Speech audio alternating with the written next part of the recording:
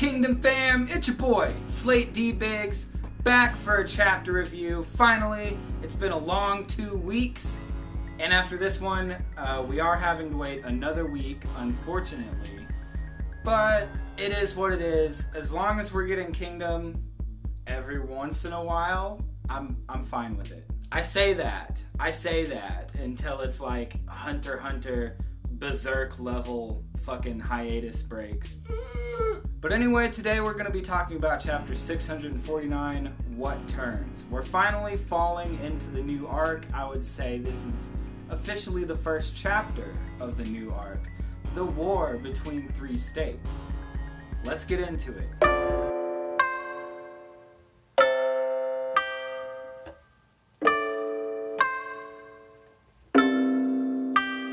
So chapter 649 jumps right into the middle of a war.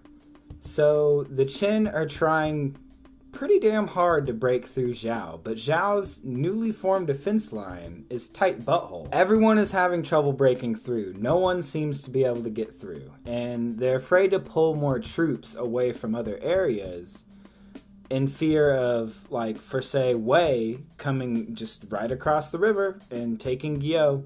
And that would make the whole last arc that we just went through a little pointless. So basically in this chapter, Shohei-kun and I was going to say the rest of the court, but it's pretty much just Shohei-kun, comes up with a plan to keep Wei at bay so they have the chance to storm Kanton. I know that the people of Zhao know the land better than anyone. Osen and all of them have been there long enough that they can figure shit out, but I just can't believe that none of these generals can break through this line. Yotanwa, fucking Kanki, and Osen, like, I understand Shin and Ohon maybe having trouble. I could see Moten finding a way to get through there. He is a prodigy. He's smart as fuck. He's got the skills, baby. And, one thing that's disappointing is there's no Heki on this line. What the heck? Where's Heki? Where the heck is Heki? You know, that whole last war, my man Heki was pretty much doing all of the work. The other generals were pretty much useless. So maybe they're just giving Heki a break. You know, he's on vacation. So due to the lack of information coming out of Qin's capital, Kario 10 is pretty sure that Shohei-kun is coming up with some sort of sneak plan. And my man it's a crazy plan. And when he proposed an alliance with Wei, I was thinking, like, would they go for that? I mean, this whole manga, you've pretty much been at war with Zhao and Wei, and then there's the coalition arc. But pretty much all of the battles are between Zhao and Wei. So Wei, they got a hatchet to bury with the Qin. Normally when crazy plans are put out there, Ace understands it right away. But even Ace comes up and he's like, do you really think Wei would be willing to accept such a proposal? Like, we just won't attack them for 3 years? That's all? And then, like, after that, they know they're going down? Like, why would they align with us to give us more power, and they know that they're just going to get taken over by us later on down the road? So these terms that Shohei-kun suggests, other than, like, a ceasefire, not attacking for 3 years, Shohei-kun has also offered to assist Wei in starting a war with Chu to take a very, very important piece of land. Probably one of the most strategic points in the land, so they say. I mean, of course, we don't know anything about that area yet, but judging by the way that Gyohome and the Wei King are acting, they're like, we really don't want to align with the Qin, but that would be a good piece of land to have. We get a little bit of the court system going on in Wei.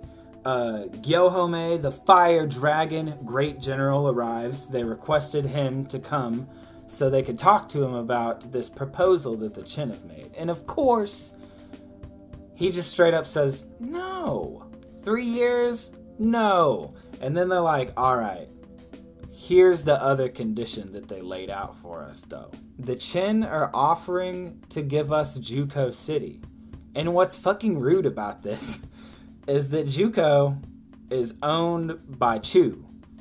So they're going to start a war with Chu to take this for the Wei. Which, I mean, Wei is kind of smashed between everyone, so they've kind of like butted heads here and there with all the way around. They're able to survive because they have some bad motherfuckers there. And probably one of the most exciting things about this is the general that has been stationed down by the Chu border this whole time is going to be leading this campaign, surely, because they show him in the last page of this chapter. And that's my man, Mobu. But yeah, it's really cool to see Mobu again. It's been a long time since we've gotten any real action with Mobu involved. We've seen him, like, just maybe a panel of him swinging shit around, fucking people up on the Chu border. We get bits of information, like he's stationed down there doing shit. And I'm excited to see this campaign. So it's pretty obvious the Hisshin army, I keep on wanting to say Hisshin unit, but they're full-on army now. The Hisshin unit, the Hisshin army is going to be there, and it's a toss-up on which of the other younger generals are going to go, because I don't think they would send all three of them, but who knows? I would love for Ohon to stay behind and just hang out at the Zhao border, and for Shin and Moten to go down there. I would really, really, really love to see some more like interactions and just more of Moten, because he was off on the other wing during the last campaign, and that's pretty much all we got with him. I mean, we knew he was there doing it, and I know Shin's the main character. Moten isn't like the protagonist, so Hara doesn't want to focus as much time on him, but he's spent a decent amount of time on Ohon, if you ask me. I think it's about time we get some more Moten in there. I mean, shit. Moten, he the boy. He needs some more shine, Hara. Come on. Everyone loves Moten. Who the fuck doesn't like Moten? If you're a Moten hater, I am pretty pumped to see a war with Chu. I mean, we haven't gotten too many conflicts with them. Like, the most we've seen is the Coalition War. I want some more time in Chu. We're probably going to see a lot of the characters that were introduced during the Coalition War. Hopefully a lot of new faces, too.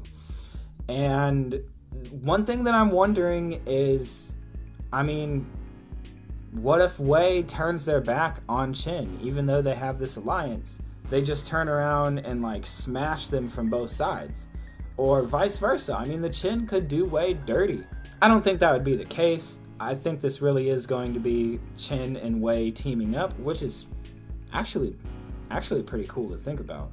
It's kind of like in your favorite sports anime when they do like a practice match of like mixed members from a bunch of different teams. So hopefully we'll see Gyohome and Mobu working together. I mean, they'll probably like sit down for a council, but they're not gonna like be side by side like, oh yeah, because they're leading their own armies. But anyway, I'm really excited to see some more Mobu. Maybe after this we'll get an arc with To as the general. That would be pretty awesome. I mean, I love all of these characters, and I want to spend as much time with them as I can, and it's disappointing that like we have one single main protagonist sometimes, that they're just following Shin's story. I fucking love Shin, don't get me wrong, he is one of my favorite characters, but I have such an appreciation for Hara's writing, and all of these characters are fantastic. I love how brash and just like rough and tough and confident that Mobu is. He's so strong. I do wish that we would have got maybe some interactions with Ryofui's old pillars. Like, we didn't get any of like their feelings on like him dying. It's just like, whatever. I mean, we're moving on. At least Hara did give him those couple chapters. I can appreciate that.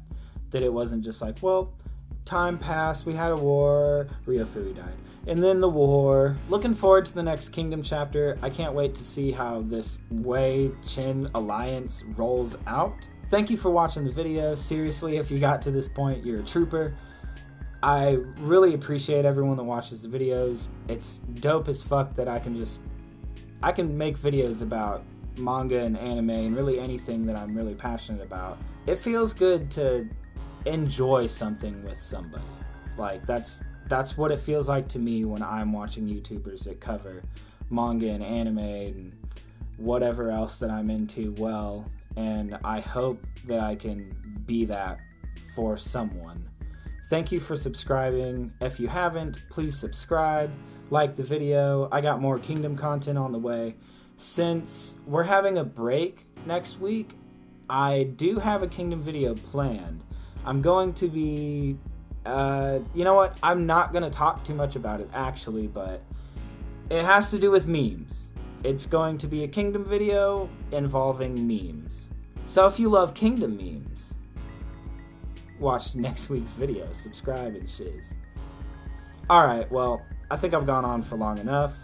Peace out, y'all.